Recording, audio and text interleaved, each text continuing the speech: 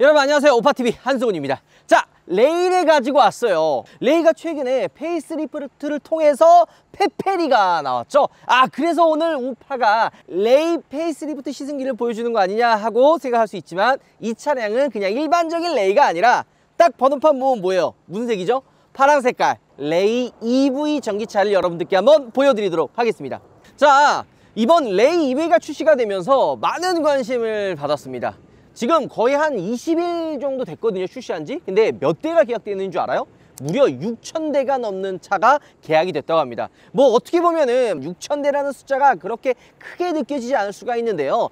지금 이 현 상황을 이해해야 돼요. 지금 요즘 전기차 시장은 어때요? 차 판매량 안 돼서 막 할인 엄청 때리고 있고, 이런 상황에서 레이 EV가 20일 만에 6,000대 넘게 계약이 됐다라는 거는 정말 의미 있는 이야기라고 할 수 있죠. 한편엔 이런 얘기도 나오는 거야. 야, 전기차 이제 살만한 사람들 다 샀기 때문에 많이 안 팔리는 거다, 이런 얘기를 하거든요. 저는 아니라고 생각을 합니다. 이렇게 판매가 안 되는 이유도 물론 살 사람들이 다 샀다라는 것도 있지만 가장 큰 이유는 가격, 메리트가 없어졌다는 얘기예요. 그러니까 재작년 기준에서는 이 전기차가 무조건 내연기관보다 동급 대비 보조금 받아서 싸게 출고하는 그런 것들이 있어야 되는데, 갑자기 엄청 붐이 일어나고 막 잘 팔리니까 이 브랜드에서도 그냥 이거 조금 가격을 한번 올려볼까, 이런 것도 있었고, 또 작년에 이제 또 이 리튬이온 배터리 팩 자체가 가격이 원자재가 많이 상승을 하면서 이 전기차가 비쌌거든요.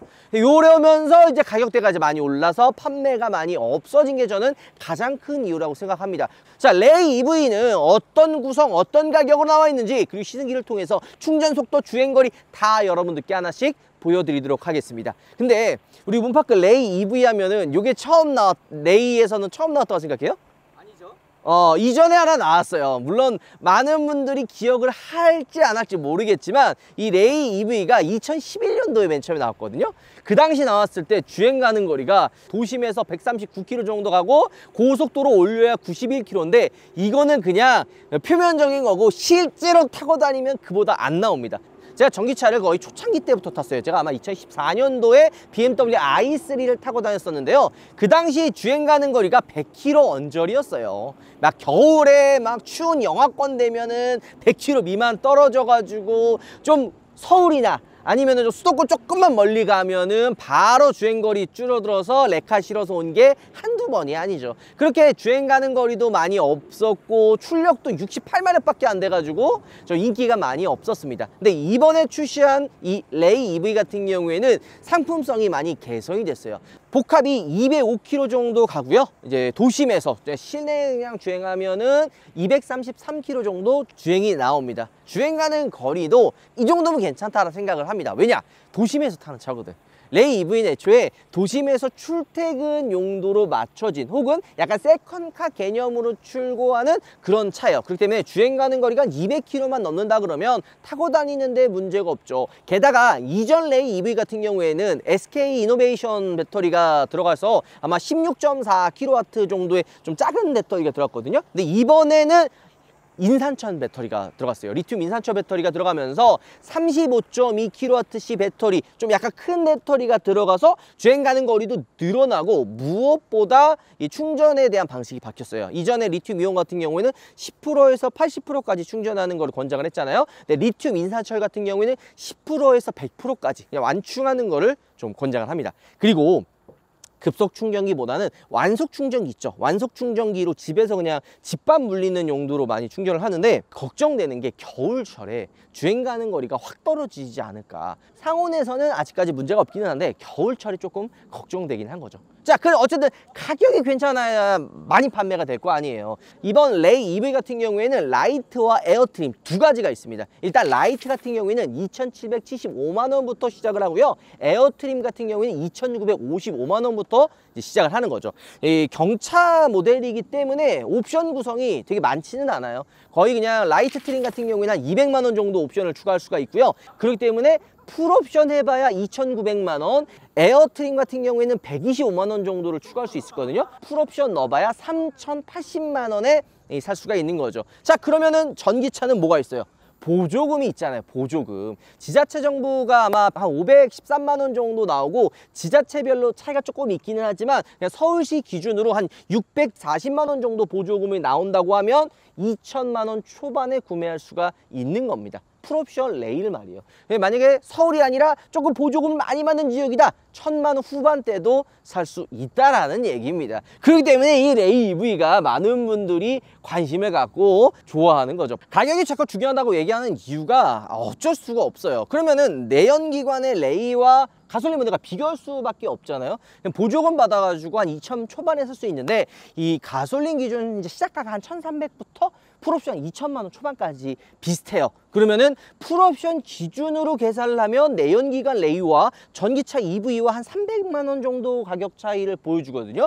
경차에서 300만 원이면은 절대 작은 금액은 아니지만 이 전기차의 붐을 확 일으켰던 그 수입차 모델 뭔지 알아요? EQA. 이 EQA가 벤츠 GLA의 뭐 전기차 버전이라고 할 수 있거든요. 5천 후반에 출시를 해서 보조금 100%, 그 당시에는 5,990만 원, 6천만 원 미만이 100% 줬거든요. 그 보조금 받으면 4천만 원 초중반에 벤츠 살 수 있다니까 난리가 난 거야. 심지어 그때가 아마 아이오닉 5보다도 더 저렴했어요. 그러니까 야, 아이오닉 5 살래? 벤츠 살래? 그러니까 벤츠로 몰려갔죠. 그 당시 EQA와 GLA 가격 차이가 2천만 원 정도 났어요. 그러니까 2천만 원 더 저렴하게 살 수 있는 메리트 때문에 그 당시 없어서 그냥 못 살 정도로 대기가 길어진 거죠. 저는 이 레이도 조금 더 신경을 써서 내연기관과 똑같이 하던지 아니면 조금 더 싸게 했으면은 조금 더 좋지 않았을까 하는 생각이 조금은 듭니다.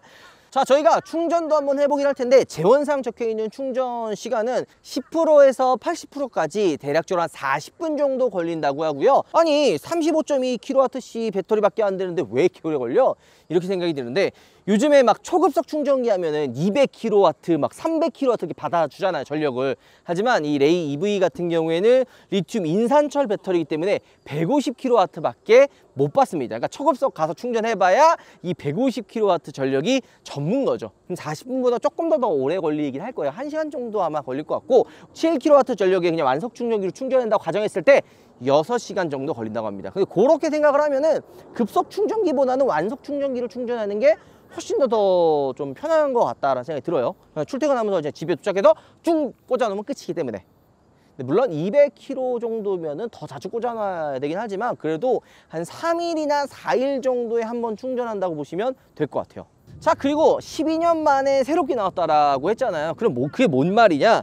전기차 전용 플랫폼은 아니에요. 전기차 전용 플랫폼은 아니고 또 이 배터리도 중국산 배터리 들어가고, 야 그러면은 현대가 자랑하는 전기 모터나 이런 거 들어가는 거 아니야? 했더니만 보그위너에서 만든 IDM 통합 모듈이 또 들어가며, 하지만 마력이 87마력이고요 토크가 15토크로 나름 출력도 괜찮고 주행거리도 뭐 무난한 거죠. 키 디자인도 조금 바뀌었죠. 그러니까 우리가 EV9에 들어가 있었던 키가 아니긴 하지만 그래도 좀 더 심플하고 좀 깔끔한 키로 바뀌었고요. 외관은 사실 큰 차이가 없어요. 충전구가 이제 앞쪽에 들어가 있다라는 거 정도 차이가 있습니다. 이 충전기가 앞에 있어서 이거 싫어하는 분들도 좀 있긴 있더라고요. 왜 충전기가 앞에 있냐, 옆에 있지 뭐 뒤쪽에 있으면 좀 더 편하지 않겠냐 라고 하는데 저는 오히려 이게 더 편하거든요. 사람마다 좀 느끼는 게 좀 다르기는 한 것 같아요. 보면은 전구 형태의 방향지이 들어갑니다. LED가 아니에요. 그 다음에 할로겐 램프가 들어가는 거죠. 이런 게 조금 아쉽다라고도 할 수가 있어요. 3천만 원, 뭐 보조금 받으면 뭐 2천만 원 초반이라고는 하지만 그래도 좀 약간 상품성을 신경을 좀 써서 LED 전구 정도는 추가해 줘야 되지 않을까 이런 생각이 드는데, 아쉽게도 LED 램프도 아니고 LED 방향 지시등도 아닙니다. 그리고 전기차면은 프렁크 많이 생각하잖아요. 프렁크 안 들어갑니다. 일반 내연기관처럼 되어 있는 거죠. 좀 커버나 이런 프렁크를 좀 만들었어도 충분히 공간이 조금 나오지 않을까 생각도 드는데, 레이 자체가 이 프론트 길이가 짧아서 뭐 프렁크 만들어 봐야 뭐 많이 안 들어가고 그래서 아예 안 만들지 않았나 이런 생각이 듭니다. 14인치 이 금호 타이어가 끼워져 있는데 요 지금 딱 휠 보면 어떤 게 생각이 나요? 요즘 기아에서 밀고 있는 사각형 휠 디자인 눈에 보이죠? 뭐 EV9에도 적용됐었던 휠 디자인인데, 약간 전기차나 새로 나오는 기아 모델에는 이렇게 좀 사각형 모양, 십자가 모양의 요 휠이 좀 들어가지 않을까 이런 생각이 좀 듭니다. 그 외적으로 외관은 거의 차이가 없어요. 그냥 컬러 색상이나 그냥 이 전기차 번호판 요거 말고는 차이가 없다고 보시면 되는 거죠. 아, 이거 열 때마다 헷갈린다. 자, 트렁크, 전동 트렁크 당연히 안 들어가고요. 6대4 폴딩 시트 들어가고요. 요게 이렇게 플립도 이렇게 있네요. 이런 식으로 이제 플립이 들어가서 약간 평탄화가 되고요. 그 다음에 이번에 또 뭐가 들어갔냐면 풀폴딩이 돼가지고 전기차 하면은 또 차박도 많이 하잖아요. 레이가 또 공간이 넓어서 차박이나 아니면은 막 수납 용도로 해가지고 배달 많이 가는데 이렇게 넓게 사용할 수 있게끔 풀폴딩이 됩니다. 운전석은 뭐 있어요? 핸들 있잖아요, 핸들. 그래서 이거 폴딩 하려면은 이렇게 헤드레스트를 빼야 돼요. 빼고 접으면 풀폴딩이 됩니다. 이런 식으로 풀폴딩을 사용할 수가 있는 거죠. 자, 그리고 이 밑에 보면은 히든 수납 공간이 따로 있어요. 요거 빼면 이 안쪽에도 또 수납 공간 따로 있거든요. 좀 더 깊게 사용할 수가 있는 거죠. 그리고 레이 하면은 원래 이쪽에 또 추가적으로 막 수납 공간 따로 있었잖아요. EV는 이 밑에는 수납 공간이 따로 없는 것 같아요. 자, 레이의 가장 큰 장점은 넓은 실내 공간이에요. 경차고 조금 작은 사이즈라고 생각할 수 있지만 이 박스카 형태의 디자인과 또 넓은 실내 공간 때문에 많은 분들이 레이를 좋아하거든요. 게다가 지금 바닥도 평평해가지고 딱 타면 실내가 굉장히 넓다라고 생각이 들어요. 게다가 뒷좌석 시트도 리클라이닝이 돼요. 그리고 이 등받이 각도도 생각보다 많이 뒤로 눕혀져가지고 공간에 대한 뭐 아쉬움은 거의 없어요. 이게 진짜 경차인가 싶을 정도로 넓은 실내 공간을 가지고 있죠. 그리고 이쪽 시트 위에 포켓 주머니와 열선 시트 둘 다 들어가 있고요. C타입 단자 하나, 팔걸이랑 컵홀더는 이 중간에 없어요. 이게 6대4로 이렇게 딱 붙어 있다 보니까 팔걸이나 컵홀더는 없어요. 뒷좌석 커튼도 당연히 없고 할로겐 이 호박등이 들어갑니다. 근데 이제 레이는 사실 이 슬라이딩 도어 하나로 모든 게 다 끝나긴 해요. 오토 윈도우 스위치는 안 들어갑니다. 올라가고 내려가는 거 다 수동이에요. 전기차는 지금 가성비 아니면은 좀 내연기관보다 좀 다른 부분들을 많이 이제 선택을 해야 되거든요. 아쉽게도 그런 부분이 좀 소홀한 것 같아요. 자, 이제 본격적으로 한번 주행을 떠나보도록 할까요? 저희가 이 고속도로 주행 테스트도 한번 해보도록 하겠습니다. 바로 가시죠. 자, 실내도 달라진 부분들이 좀 있죠. 일단 첫 번째로 이 기어, 망치 기어가 없어지면서 칼럼식 기어로 이동을 했죠. 그래서 이 공간이 수납 공간으로 바뀌었습니다. 그리고 오토홀드와 전자식 파킹 브레이크가 또 추가가 된 거죠. 또 한 가지는 열선 운전석에는 통풍 시트까지 같이 들어갑니다. 하지만 전동 시트와 전동 핸들은 없고요. 이런 팔걸이와 대신 이쪽에 컵홀더가 위치해 있습니다. 운전석은 사실 오토 윈도우가 들어가는데 수납 공간은 굉장히 넓죠. 선글라스 들어가는 거고 위쪽에 이제 서류나 이런 수납 공간들이 굉장히 많아요. 그래서 레이가 소상공인 분들의 발이 되어주는 그런 차이기는 합니다. 디지털 클러스터가 들어가네. 그 얘기 하려고 했었는데 디지털 클러스터가 또 추가가 됐어요. 그래서 이런 것들도 소소하게 달라진 부분들 중에 하나죠. 자, 그리고 저희가 이제 한번 주행 테스트를 해볼 텐데 배터리가 62% 남아 있고요. 주행 가는 거리가 150km인데 목적지는 저희가 덕평 휴게소로 갔다 올까 해요. 덕평 휴게소가 지금 여기서부터 한 34km 정도 가거든요. 왕복하면 한 70km 정도 될 것 같은데 그래도 한 30% 정도 남아 있어야 되거든요.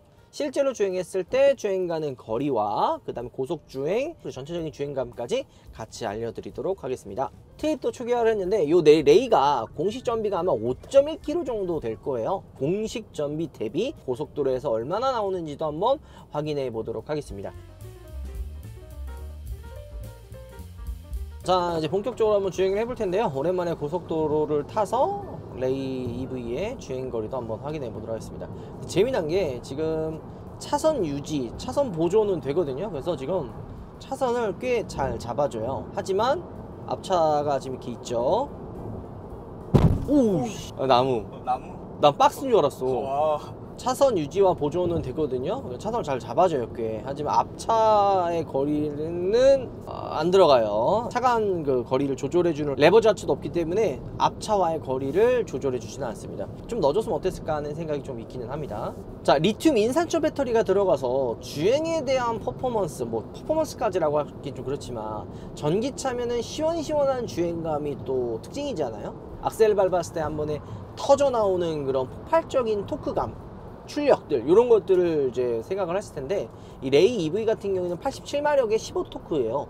그러니까 일반 내연기관 레이보다는 조금 더 높기는 하지만 그래서 수치가 막 엄청 뭐 한 300마력, 200마력 넘진 않기 때문에 출력에서 약간 좀 답답하지 않을까 생각을 했는데도 꽤 그래도 훌륭하면서도 부드러운 주행감을 가지고 있습니다. 단 우리가 생각하고 있었던 폭발적인 그런 토크감은 아니에요. 근데도 이 정도면 엄청 잘 나가는 거 아니야? 부드럽게 되게 잘 나가는 거예요. 그래서 87마력이라는 수치보다는 그냥 100마력 정도 되는 느낌의 주행감을 가지고 있습니다. 그래서 기존에 레이 내연기관 타셨던 분들 중에 레이 EV 타면은 답답하지 않게 주행하실 것 같아요. 지금 악셀을 밟으면은 110km 이상 올라갈 정도로 출력도 괜찮은 편이에요. 속도감도 괜찮고. 그리고 이 회생제동 레버가 이렇게 있어요.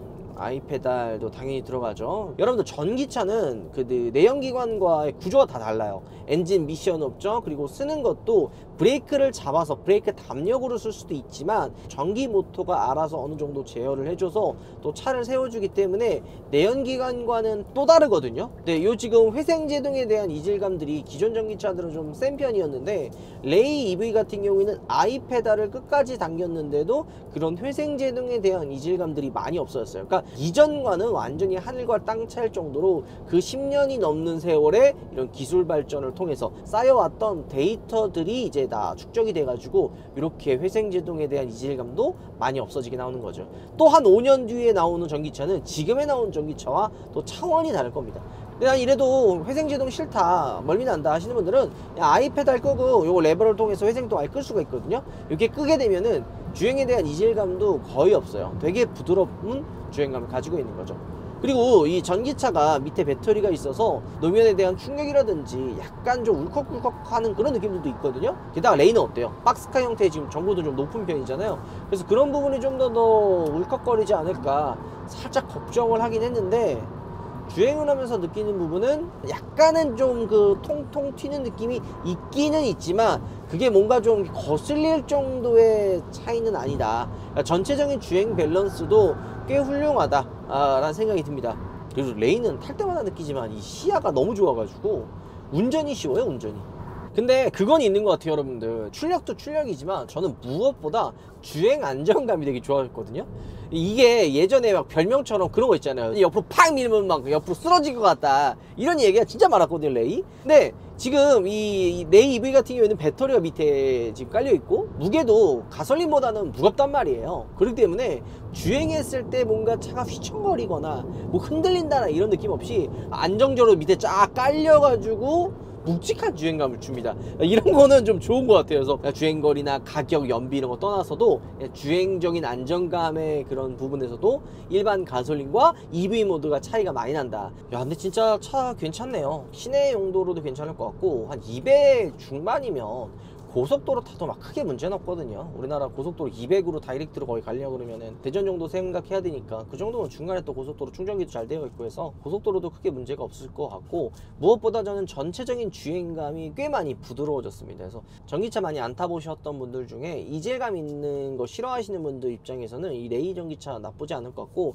이 보통 레이 전기차의 수요층이 20, 30대 뭐 젊은 소비자분들도 있지만 시니어분들도 레이 많이 사요. 배달용이라든지 아니면 또 실내 공간이 넓어서 가족들과 함께 타기도 무난하고요. 그래서 남녀노소 연령층 상관없이 많이 사랑을 받는 게 레이인데, 가격대도 약간 조금 아쉽기는 해요. 내연기관보다 한 진짜 50만원 100만원 더 싸게 나왔으면 더 괜찮지 않았을까라는 생각이 들고, 물론 배터리 가격도 있기는 한데 반대로 가격이 만약에 더 올랐다 그러면 LED 헤드램프라든지 아니면 LED 방향지시라든지 파워 윈도우 스위치라든지 전동 스위치라든지 이런 것들을 차라리 좀 추가로 넣어줬으면 어땠을까 하는, 뭔가 있긴 있거든요. 뭐 전자식 파킹 브레이크나 이런 거 있기는 한데 그래도 조금 더 들어갔으면, 사람 욕심이라는 게 있다 보니까. 왜냐면 이 전기차는요 어쩔 수 없이 충전해야 되는 그 불편함이 있어요. 뭐 10분에 80분까지 뭐 40분밖에 안 걸려, 집밥 먹이면 돼. 하지만 그 자체가 계속 제가 얘기하잖아요, 불편하다고. 그 불편함을 상쇄시킬 만한 매력이 있어야 된다는 생각을 하는 거예요. 지금 작년과 비교했을 때 올해 분위기가 안 좋은 이유는 뭐 여러 가지 이유가 있겠지만 경기도 일단 진짜 안 좋아요. 지금 전체적인 시장 자체의 경기가 안 좋기 때문에 이 전기차뿐만이 아니라 내연기관도 살짝 주춤하고 있고, 그리고 전기차 같은 경우에는 또 뭐가 바뀌어요. 자동차세 뭐 바뀐다 해가지고 올린다, 충전 요금도 많이 올라가고, 전기차가 많이 판매가 되면서 충전소 자리 없고 막 이런 것들이 복합적으로 조금 겹쳐있기 때문에 살짝 과도기인 시기거든요. 이런 시기에도 전기차가 싸게 나온다면, 가성비가 좋게 나온다면은 무조건 저는 잘 팔린다고 생각합니다. 이번에 보조금 받아서 2천만원 초반에 나온 레이 EV가 20일 만에 6,000대 넘게 계약이 됐다라는 게 증명이 된 거죠. 자, 일단 더평 휴게소에 회차제에 왔는데요, 연비가 되게 잘 나와요. 6.8 나오네요. 거의 한 1시간 정도 주행을 했는데 거리는 35km 정도 됐죠. 배터리 잔량은 47%, 주행 가는 거리는 112km인데요. 다시 목적지까지 돌아가 보도록 하겠습니다.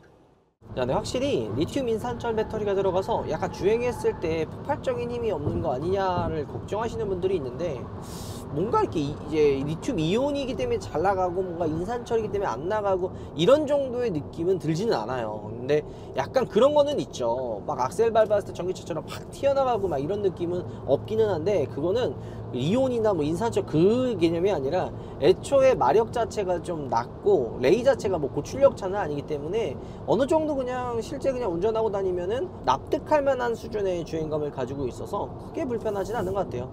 오히려 레이 내연기가 뭐 레이 가솔린 타면 1차선 타면 눈치 보였거든요. 차도 안 나가고 막 좀 답답하고 약간 이런 느낌이 있었는데, 지금 EV를 타니까 1차선 타도 속도에서나 이런 주행의 흐름을 방해하거나 이런 게 없기 때문에 오히려 이런 부분은 좀 많이 좋아진 것 같아요. 87마력이라는 마력이 막 엄청 높은 수치는 아니잖아요. 그렇기 때문에 좀 걱정했거든요. 아, 차라리 그럴 거면 그냥 그래도 100마력 넘게끔 뭔가 세팅을 해주든지, 이걸 좀 생각을 했는데 막상 타보니까 주행에 대해서 뭐 힘이 부족하다라는 느낌은 아마 안 드실 것 같다는 생각입니다. 제 개인적인 생각이긴 해요. 자, 도착을 했습니다. 저희가 지금 목적지에 도착을 했는데 총 누적 주행거리가 73km, 한 1시간 20분 정도 주행했고요. 연비가 6.6 나왔습니다. 배터리 잔량이 한 29% 정도 남았거든요. 우리가 아까 출발할 때 한 63% 정도 됐잖아요. 반 정도를 더 쓰고 73km 정도 주행을 한 거죠. 남아있는 주행 가는 거리가 65km예요. 그러니까 얼추 주행 거리는 맞다라는 얘기죠. 근데 고속도로를 주행한다는 걸 감안을 한다면 도심에서 주행하면 요보다 한 10%에서 15% 정도 더 잘 나온다고 보시면 돼요. 근데 또 하나 문제가 있죠. 겨울철. 겨울철에 어떨지 사실 모르겠어요. 겨울철에는 저희가 이 추운 겨울 영하권이 되면 무조건 저희가 또 차를 받아가지고 한번 주행거리 테스트를 해보도록 하겠습니다. 당연히 근데 서라운드 뷰는 없고 요거 조금 아쉽네요. 카메라 화질이 안 좋아요. 조금 요것도 좀 좋은 거 넣어줬으면 어땠을까 하는 생각이 있긴 하는데, 뭐 경차의 좀 가성비를 또 생각을 한다면 어쩔 수 없는 부분이긴 하니까 이해는 합니다. 자, 그래서 충전을 한번 직접 해보도록 하겠습니다. 충전 얼마나 걸리는지도 한번 확인해 보도록 하죠. 가시죠. 자, 충전해 보도록 하겠습니다. 레이가 없다. 니로 EV. 그래, 니로 EV 24년형 에어. 얘도 에어니까. 제가 요즘에 삼성페이를 쓰거든요. 이게 신세계야. 이거 우리 문파크가 알려준 건데 이게 엄청 좋더라고. 여기야? 자, 한번 충전해 보도록 할게요. 충전기가 앞에 있으니까 이렇게 빼면 되거든요. 자, 연결. 차 처음 출고되면 정보 등록이 안 돼서 충전 안 되는 경우가 있어요. 예전에 우리가 EQS 출고했을 때 충전 안 돼가지고 고생했거든요. 아, 지금 1시간 34분이 걸린다고 하거든요. 근데 10%에서 80%까지 40분 걸린다고 했는데 아직까지는 1시간 30분 걸립니다. 충전하고 있긴 하거든요. 근데 일단은 초급속 충전이면 보통 한 200kW에서 300까지도 돼요. 근데 얘가 EPT가 한 350 정도 되는 걸로 알고 있는데, 그러면 EV9 같은 경우에도 진짜 뭐 10몇 분에 그냥 쫙 충전하고, 막 전기차도 그래서 충전을 할 수 있는 전력을 받아주는, 얼마나 받아줄 수 있는지도 또 중요한데, 이 레이 같은 경우에는 150이 한계예요. 충전하는데 얼마예요? 전력이 지금 55kW 밖에 지금 못 받잖아요. 지금 충전 시간이 계속 늘어나고 있기는 한데, 그리고 뭐 전기 충전해 보신 분들은 알겠지만 전기 돈 먹는 거 수두룩합니다. 분명히 나는 충전하는데 계산했는데 환불도 안 되고 전화도 안 받고. EPT는 그런 거는 없으니까. EPT가 초급속 충전이기 때문에 급한 사람들만 쓰거든요. 우린 사실 이거 쓸 이유가 없어요. 그냥 일반 급속 충전기 쓰면 되지 초급속까지 쓸 필요 없습니다. 초급속 충전하는 분들은 고속도로엔 좀 있지만 거의 급속 충전기 많이 씁니다. 비용 때문에 그런다고 보시면 돼요. 자, 충전도 완료가 됐습니다. 한 27분 정도 걸렸던 것 같고요. 150kW까지는 안 됐습니다. 아직 이 차종이 등록이 안 돼서 100% 활용을 못한 것 같은데, 그거 감안해 주시고 봐주시면 될 것 같고요. 비용은 한 9,300원 정도 나왔고 19.kWh 정도 전력을 충전했던 것 같아요. 근데 우리가 고속도로 주행을 하고 아직 등록이 안 돼서 이렇게 좀 시간이 걸렸지, 그걸 또 제외하고 도심에서 만약에 레이 EV를 탄다고 가정을 한다면 충분히 가성비 괜찮다라는 생각이 듭니다. 우리가 겨울철에 이거 추운 날에 한번 주행거리 테스트도 한번 해보도록 하겠습니다. 영상 마무리할게요. 여러분들 들어보겠습니다.